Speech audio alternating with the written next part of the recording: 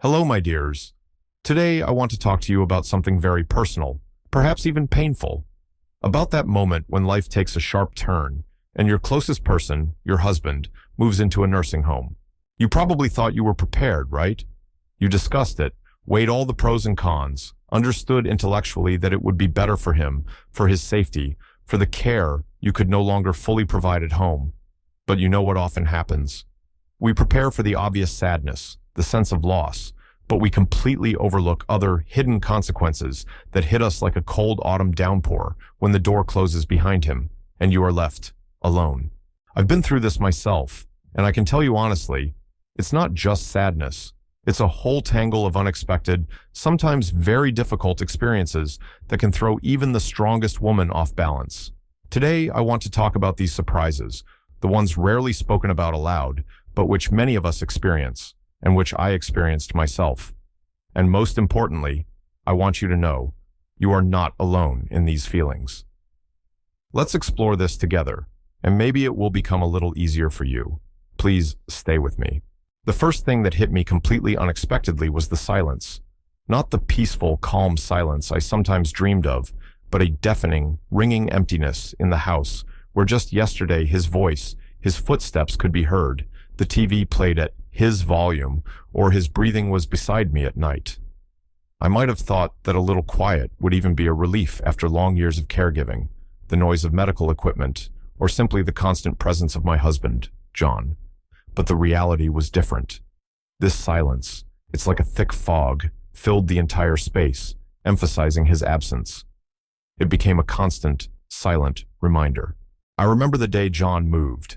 The decision was agonizing. His illness, here you can insert a specific illness, e.g., Alzheimer's, or the effects of a stroke, if appropriate and not too revealing of personal details, otherwise it can be left general, was progressing. And I realized that at home, I could no longer provide the care and safety he needed. I thought the hardest part would be the visits, the goodbyes after seeing him.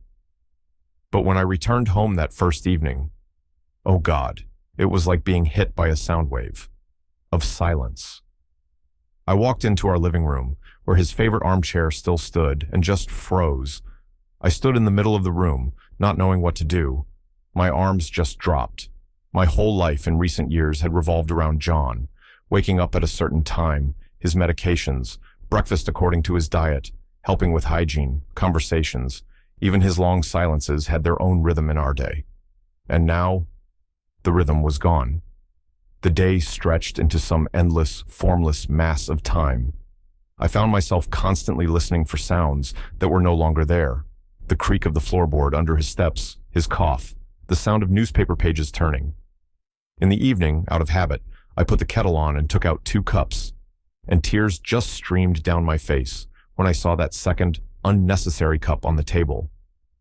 This loss of the familiar rhythm, the routine, which, perhaps, sometimes seemed tiring to me, but was so familiar, so mine, that's what became a real shock for me.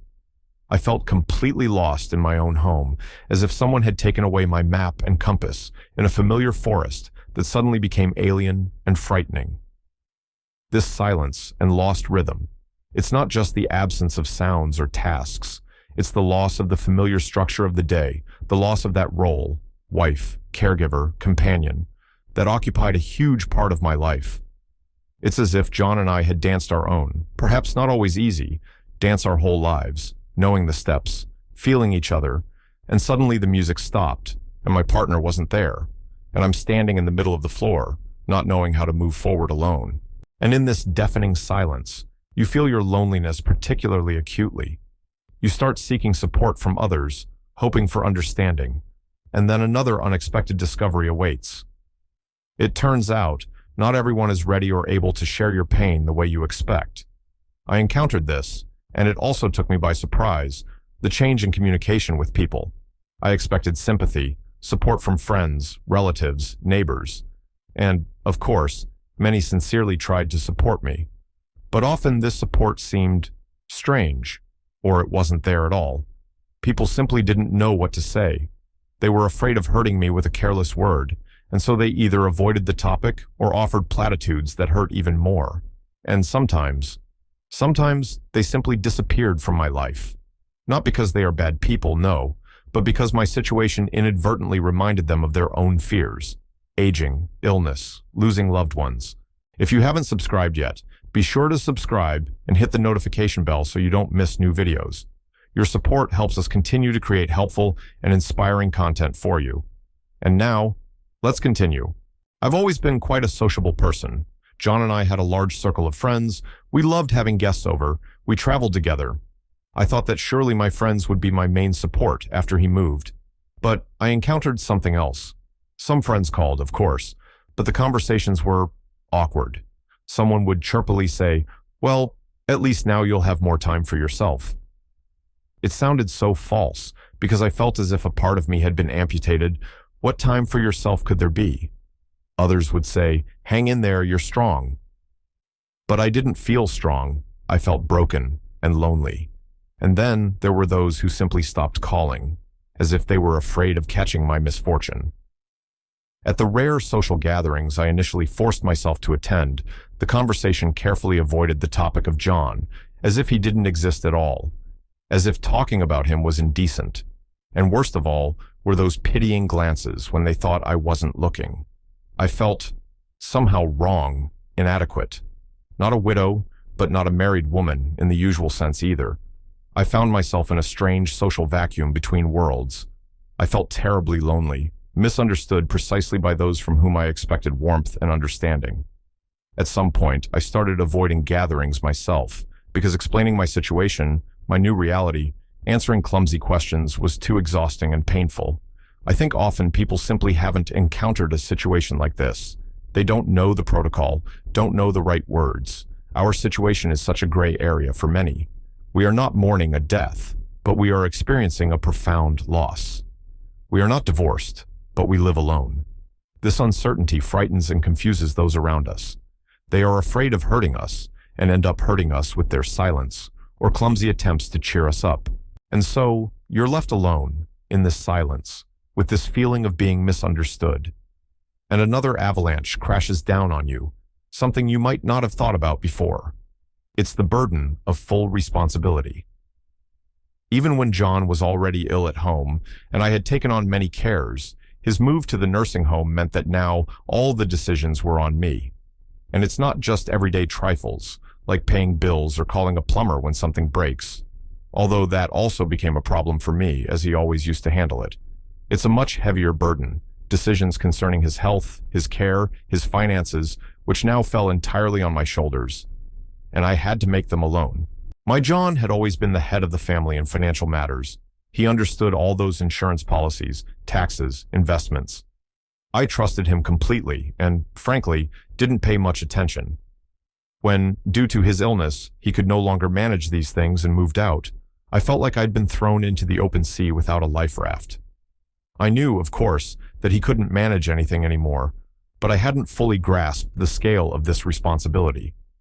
Suddenly, I had to spend hours sorting through piles of papers, calling insurance companies, consulting with lawyers, things I'd never thought about before, and the calls from the nursing home. Every call sent me into a panic. "Susan," replaced with the speaker's name if desired, "we need your consent to change the treatment plan. We need to decide on an additional procedure." Each time, I had to make a decision, weigh the risks, and I was terrified of making a mistake, doing something wrong, harming him with my decision. And then there was our house. It suddenly seemed huge, empty, and full of things that needed sorting, fixing, maintaining. I felt buried under an avalanche of tasks and this crushing responsibility. But the hardest part wasn't even the physical fatigue, but the constant, draining nervous tension from having to decide everything myself. There was no one to consult with the way I was used to consulting with John. Even when he wasn't entirely well, his mere presence, the possibility of just talking the problem through aloud near him, gave me some kind of support. And now that support was gone. I lived with a constant low hum of anxiety in my head. This burden of responsibility is compounded by the fact that you are simultaneously grieving and experiencing loss. Making important decisions when you are emotionally exhausted is incredibly difficult. It's like trying to solve a complex math problem during an earthquake. And when you're so overloaded with responsibility, when you fear every step, every decision, It's very easy to fall into another deep pit, guilt. This perhaps was the most agonizing thing for me, a deep, exhausting, relentless feeling of guilt. Even when my mind understood that I had made the only right choice, that I had secured the care for John that was vital for him, and that I physically and mentally could no longer provide at home, my heart whispered something else entirely. You abandoned him. You gave up. You could have tried harder. He's there alone, and you're here, in your cozy home. This guilt washed over me particularly strongly after visits, especially if John looked sad, confused, or if it seemed to me that his condition had worsened. I am sure that I did the right thing. Caring for John at home had become physically impossible for me. I myself began to get seriously ill from the strain. I found what I believe is a good nursing home, with caring staff. I tried to create the most comfortable conditions for him there, but the feeling of guilt didn't leave me for a moment, especially at first. I visited him almost every day, but every time I left, leaving him there behind that closed door, I felt like a real traitor. I remembered our wedding vows to be together in sickness and in health, till death do us part, and it felt like I had broken that vow. I looked at his photos at home, at his empty chair, and I was choked by guilt, by shame. Sometimes it seemed I didn't deserve to enjoy simple things, good weather outside, tasty food, the grandchildren's laughter, because he was there and I was here. This guilt was also closely linked to another deep experience. I would call it an identity crisis. All my adult life, I had been John's wife. For the last few years, his caregiver 24/7. And who am I now? A wife living separately from her husband, a former caregiver, a woman who put her husband in a nursing home. I lost not only his daily presence, but also a part of myself, my familiar role, my self-definition. Guilt in such a situation is a very complex, insidious emotion. It is often irrational, but no less painful for it. It's rooted in our love, in our ideas about duty, in what people will say. And of course, these feelings, guilt, responsibility, loneliness, are particularly heightened during visits to my husband. Oh, those visits. Ostensibly, they are an opportunity to see each other, to offer support, to show love. But in practice, as I learned from my own experience, these visits often turn into a real emotional roller coaster, leaving me completely drained. This is another, often unexpectedly difficult experience. I might go there with timid hope in my heart and leave with a heavy feeling of hopelessness. Or conversely, one visit would go surprisingly well, giving me much-needed relief, while the next would plunge me into complete despair. Every visit to John was like a lottery. You never know what awaits you. Sometimes John would recognize me, smile his familiar, slightly crooked smile, try to say something, hold my hand. On days like that, I would practically float away on wings. My heart would sing. I felt it wasn't all for nothing, that he felt my love. And sometimes he would look at me with a completely blank stare, not recognizing me. Or he would be irritated, wave me away. Or he would simply sleep through my entire visit, and I would sit beside him, holding his limp hand and swallowing tears. And then I would return home with such a heavy stone in my heart that it felt like it would crush me. I would start doubting everything. Are they treating him correctly? Am I doing enough? Maybe he would have been better off at home after all, even though I knew it was impossible. And then there's the atmosphere of the facility itself. The smell of medication, bleach, the sight of other elderly residents, often in very poor condition, the bustle of the staff, their professional smiles. It all weighed heavily on me. I love my husband more than anything in the world, but I'll tell you honestly, before each visit, I felt a rising anxiety, and afterward, a profound exhaustion, both physical and mental. Sometimes I'd catch myself having the terrible thought that I wanted to skip a visit, just not go today. And immediately, I would burn with shame and guilt for that fleeting desire. This emotional roller coaster is completely understandable, as I now realize. We come face to face with the illness of our loved one, with his vulnerability, with the irreversibility of some processes. We see him in an unfamiliar institutional setting. We experience a whole spectrum of feelings in a short period: love, pity, tenderness, sadness, anger, helplessness, hope, despair. It's no wonder it's so exhausting. And so, As you go through all this, the silence, the misunderstanding, the responsibility, the guilt, the emotional storms of visits, the question inevitably arises: how do you live now? How do you find new meaning, new joy, when your life has changed so drastically? And here lies another very insidious trap: the thought that enjoying life, taking care of yourself, seeking your own interests, is almost a betrayal of your husband. This consequence, the difficulty of allowing yourself to live on without feeling guilty. Oh, how I struggled with this. The first year after John moved, I lived as if in a fog. My life consisted of the route: home, nursing home, home. In the evenings, I sat alone and cried. I completely abandoned my hobbies. I loved embroidery, belonged to a small book club. I stopped seeing friends, except for the closest ones.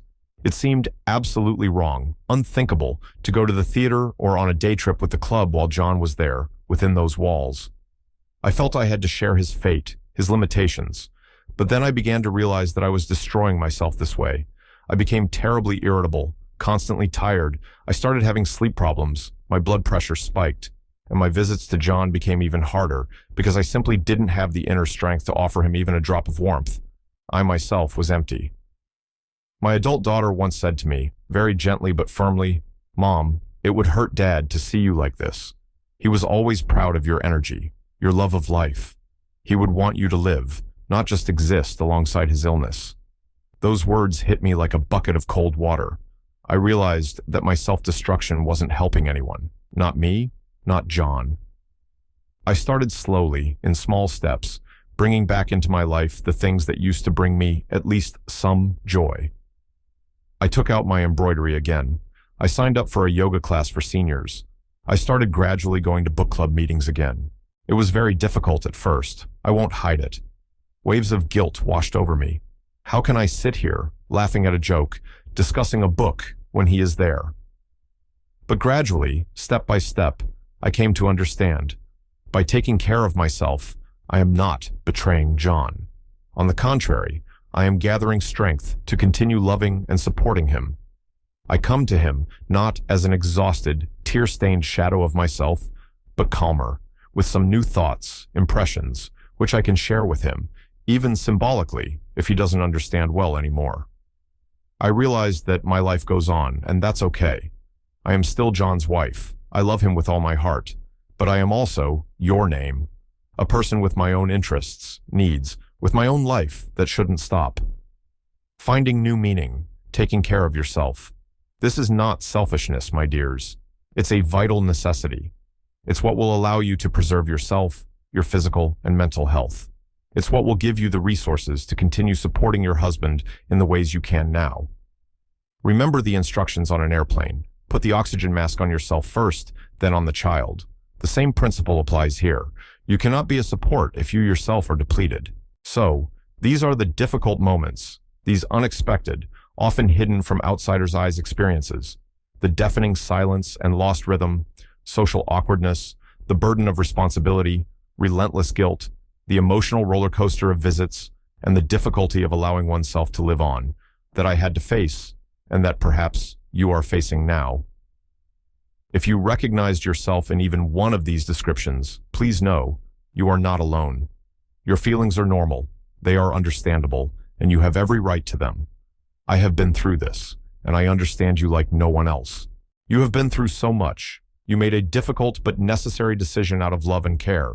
You possess immense strength, wisdom accumulated over long years of life, love, and sometimes suffering. This new chapter of your life is challenging, undoubtedly. It requires adaptation, patience with yourself, the courage to acknowledge your feelings, and not being afraid to ask for help. But it can also become a time for rethinking, for finding a new version of yourself, for seeking quiet joy and peace within yourself. Don't blame yourself. Don't compare your situation to others. Walk your own path, step by step, at your own pace. Allow yourself to grieve, but don't let grief consume you entirely. Seek support where you can find it, from loved ones, professionals, support groups. Talk about your feelings. Don't keep them bottled up inside. And most importantly, please be kind to yourself. You deserve compassion, understanding, and respect, above all, from yourself. Be patient and gentle with yourself on this difficult journey. You will manage. I know this because I managed too. I believe in you and embrace you with all my heart.